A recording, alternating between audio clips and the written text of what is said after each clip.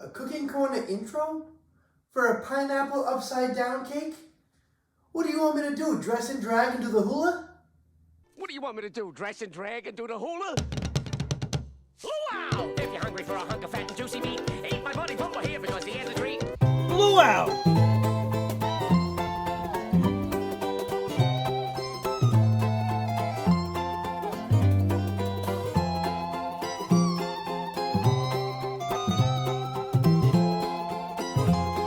Luau!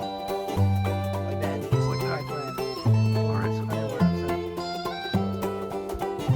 3, 2.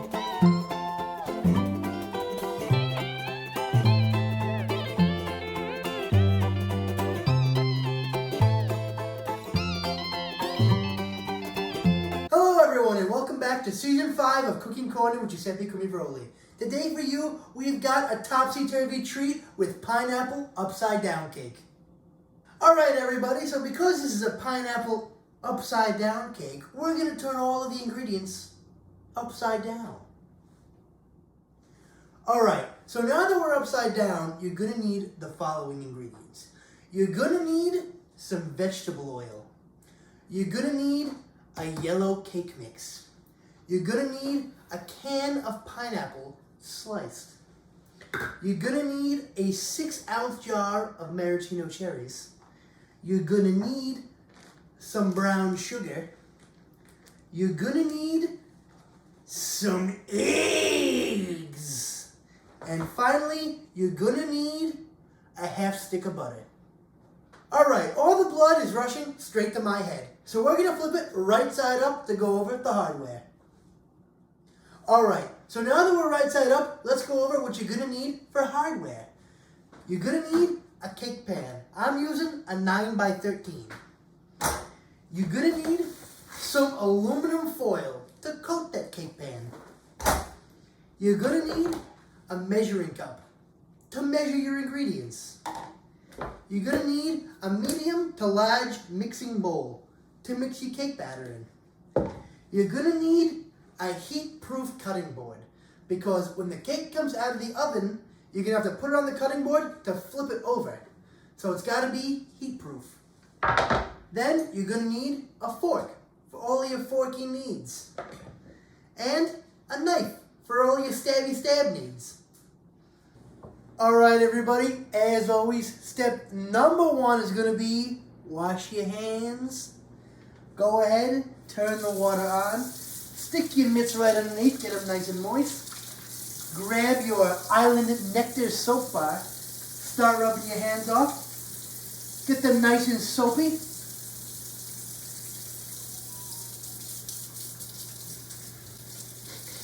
Well, this smells delicious. I wonder if it tastes as good as it smells.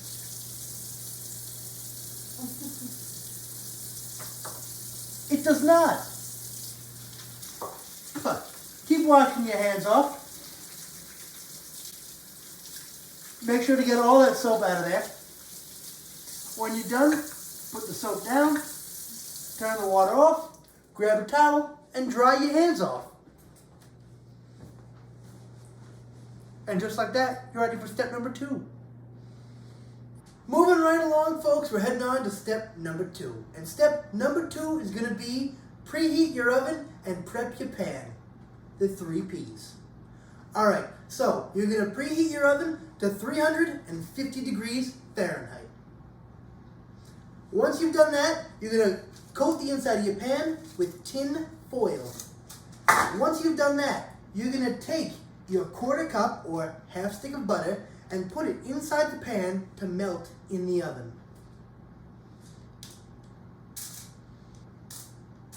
Once your butter's in your pan, you can stick the pan in the oven and leave it there until the oven's at temperature or until the butter's melted, whichever comes first. Alright everybody, we're moving right along to step number 3. And step number 3 is going to be form the base/top layer of your cake.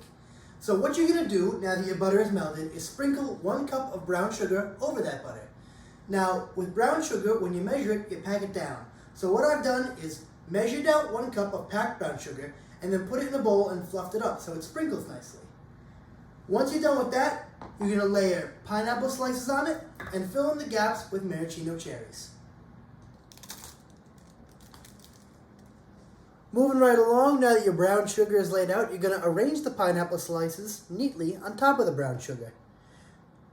Now you want to be careful when you take out your pineapple slices because you want to preserve all of that pineapple juice because you're going to use that later in the recipe. Tell you what though, it's the exact right amount for a pineapple upside down cake.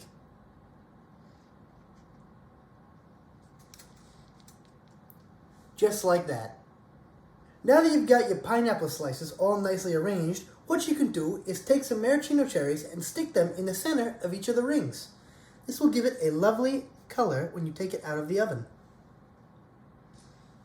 What's that? Enhance the flavor? Oh, I have no idea about that.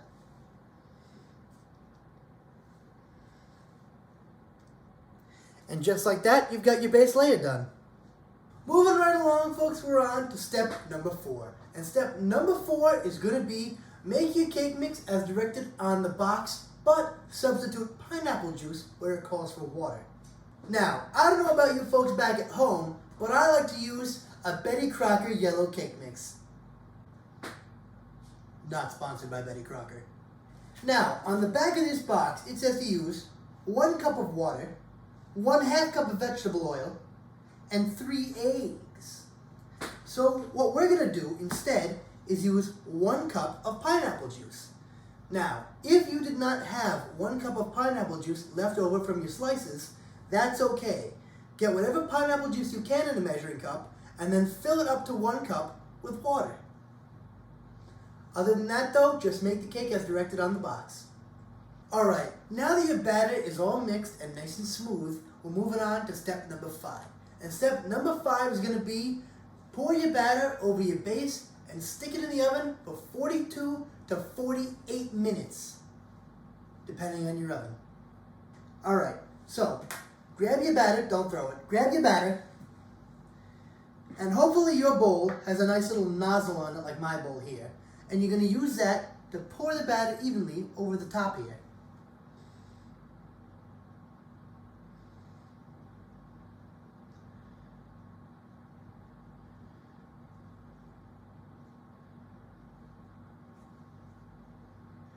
Make sure to get all the batter out of the bowl.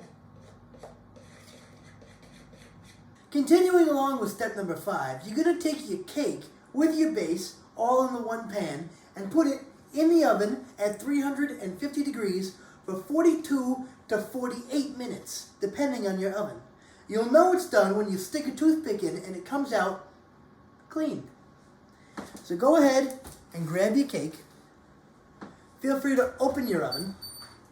Stick the cake inside, close the oven, and set a timer for 42 minutes, upon which you will check the state of your cake.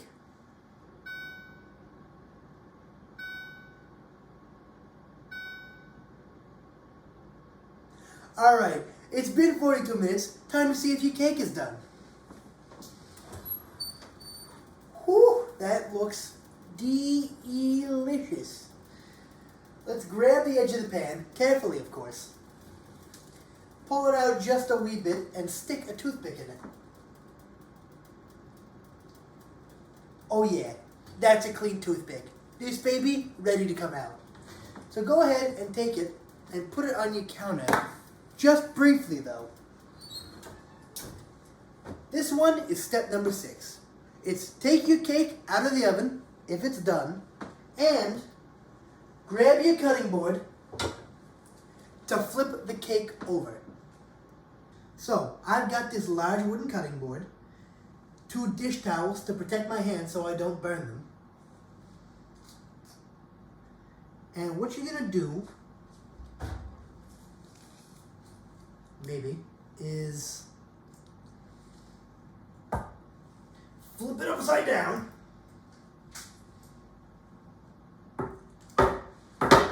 Let it rest for 10 to 15 minutes. And if you want, you can put a towel down and give it a little tippy tap. Alright folks, now that we've waited a few minutes for the cake to cool down, fall out of the pan, and for that yummy brown sugar to drip onto the cake, let's check and see how it's looking. Now I will say, if the cake is sticking to the pan or the tin foil, you can gently use a knife to run along the edges and loosen it up a bit. But based on the amount of butter on this cake, I don't think you'll need to. Now, let's have a look.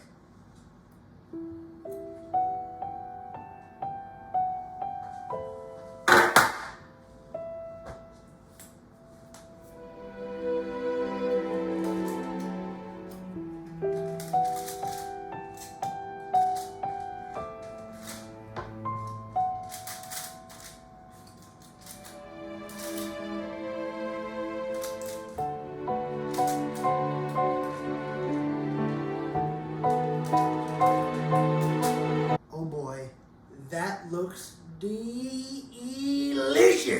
Now that our cake is out and looking delicious, it's time for the final step, which is gonna be plating. Now, what you're gonna do is grab yourself a knife, any kind of knife really, I'm using a butter knife, and cut along the cake.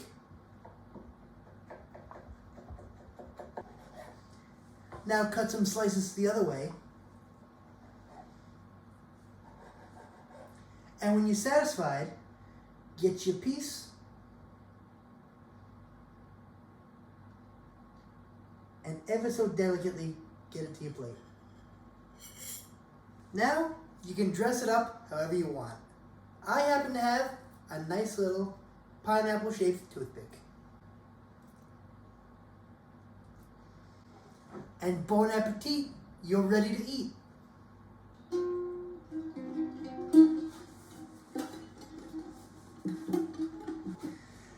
Anyway, thank you for tuning in to Cooking Corner this week with Giuseppe CrimiVaroli. I really appreciate the continued viewership.